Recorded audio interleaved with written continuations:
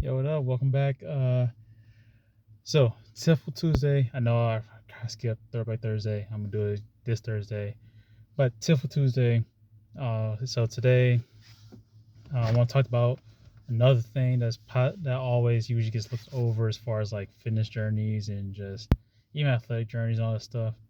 So we covered just being active. Second thing was on diet, but probably the most overlooked and probably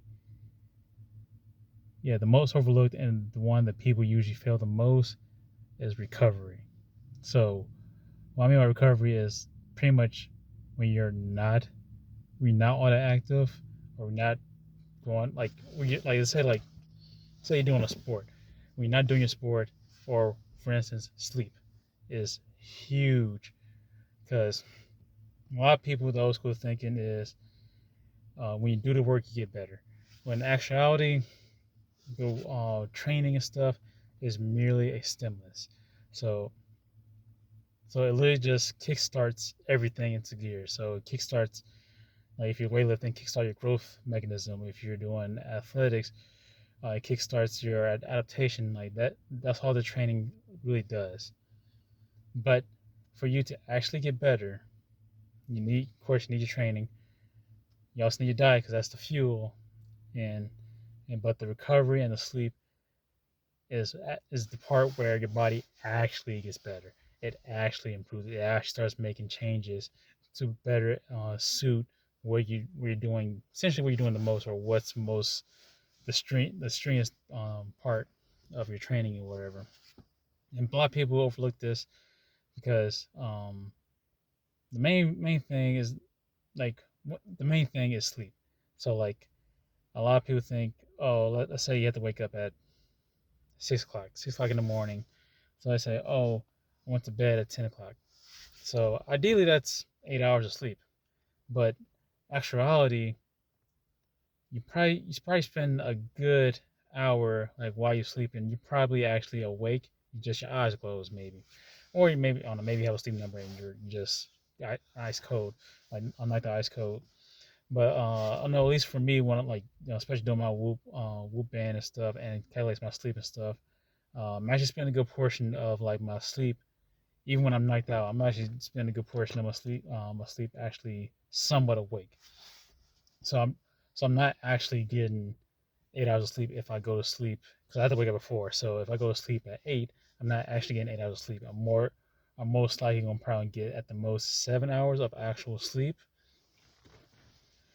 which is which is okay, is enough to get you by, but not nearly enough. So like you probably need 8 hours, 8 hours of actual sleep, and depending on how strenuous your training or your day was, um, you might need up to nine hours. And then also not to mention, a lot of times, people if you don't get the certain amount of sleep one night, you might need to make amends by like adding more sleep to it. So a lot of times, so like a lot of people just don't get enough sleep throughout the week. So by the time you get to the weekend and stuff, their body is like low key barely holding on, and then once it gets to the weekend, that's when I usually sleep in the most. And then that's usually when I catch up when I sleep because at that point I know some people that go sleep for like 12 hours straight. And at first I used to think, okay, that's probably laziness, but now I know with my um, experience stuff that's just simply they've been active for way too long throughout the week, and now they actually have a chance to actually catch up, and the body actually has time to actually recover and make the changes and adaptations that it needs to get better and stuff. So yeah, and then then with sleep, you have different stages of sleep. So of course you have your light sleep, you have your deep sleep, and you have REM sleep. So what I've come to learn is that light sleep is pretty much like low stress and everything, like your body just really just in it. But as far as physically recovering, is actually the deep sleep. The deep sleep stage is where your body actually physically makes repairs and stuff to your muscle tissues, to your bone tissues, fascia, tendons, and all that stuff. Like it makes that's where it makes most of its progress in restoring your body so it can be better built for wherever you're doing. And then REM sleep is for essentially for your mental, for your brain and stuff. So that's the part of that's a dream. That's when you dream about different stuff and everything. And that's really just like a lot of times it's really just your brain um, taking different moments and stuff and kind of like recovering itself, and then also kind of like really sealing in different memories of different experiences and stuff um, to lock in. So both are important because again, deep is for the physical and REM is for the mental. So if you get enough sleep in both, like you get enough hours of sleep for those two, you will feel really good. And usually, a lot of times when you wake up and you feel really good, that's usually indicated that your body is prepared to handle whatever. But if you don't get enough sleep, or you constantly skipping out on sleep and everything, or you just getting restless sleep, your body is going to take a hit because at that point you're pretty much just trying to drive on a road that's still under construction. So you can drive that road, but your car is probably not gonna survive the end of the road if it's still under construction and stuff. Not to mention you might hit some few road workers, but that's another story. But and then so yeah, that's sleep, and then the other part is recovery. So this is time where I like to call like just like unplugging from wherever you're doing. So let's say, so for instance, let's go with track and field. I do track and stuff. One of the things that I've kind of learned to do is to unplug from the training. So not necessarily like to not always constantly think about training or constantly thinking about or stressing about over little things that's required to my goals. Like just the ability to just turn off and focus on something else. Like for instance, one of the things I like to do is like play games.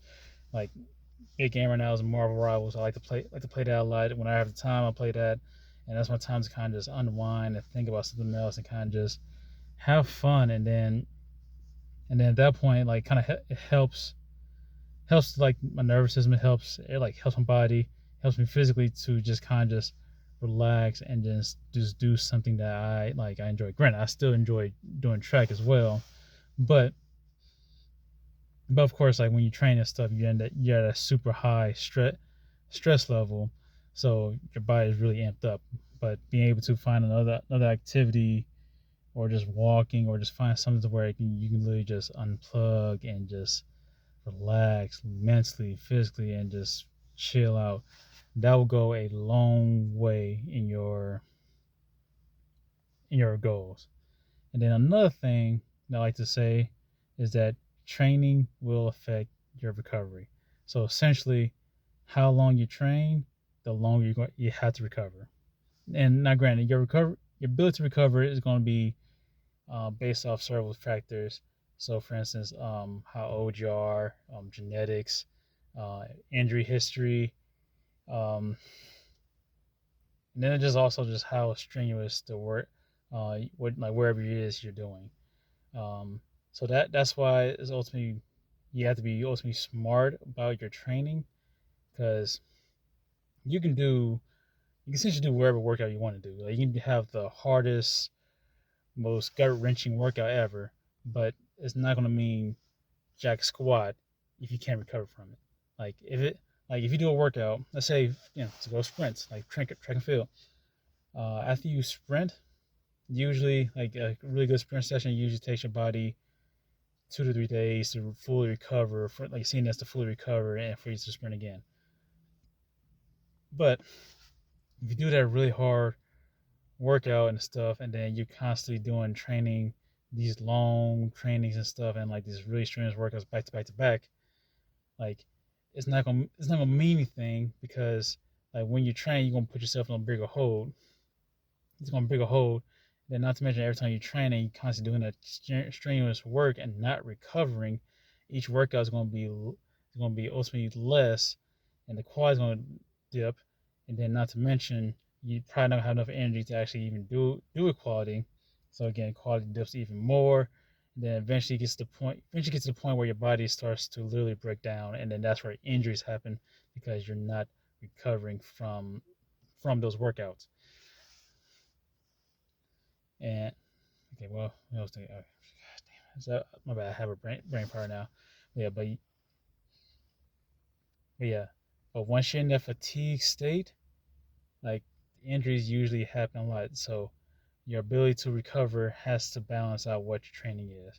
So granted, if you don't train hard enough, you're not getting results.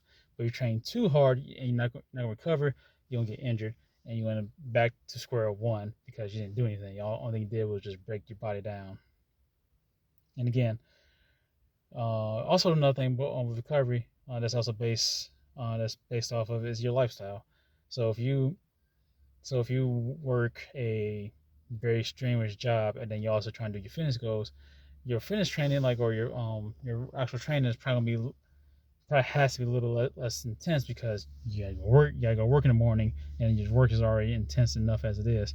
But if you're not working and let's say you literally get paid to work out, yeah, you can have those really strenuous workouts because after you're done working out, you have all day to recover. But if you don't have that, or you have kids, you have other responsibilities, then that's where you have to really take note of how you feel each day.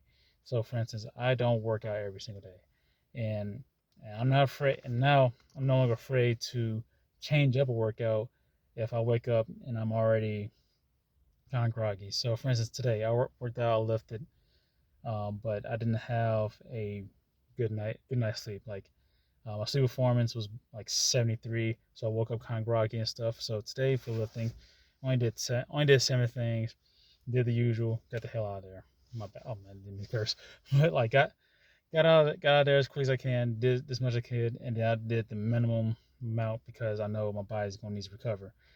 I'm gonna need to recover. So tomorrow's which usually is it's gonna be fully recovery because it's based off my body. I know how it's gonna feel, and the sad truth with this is that it's going to take a lot of trial and error.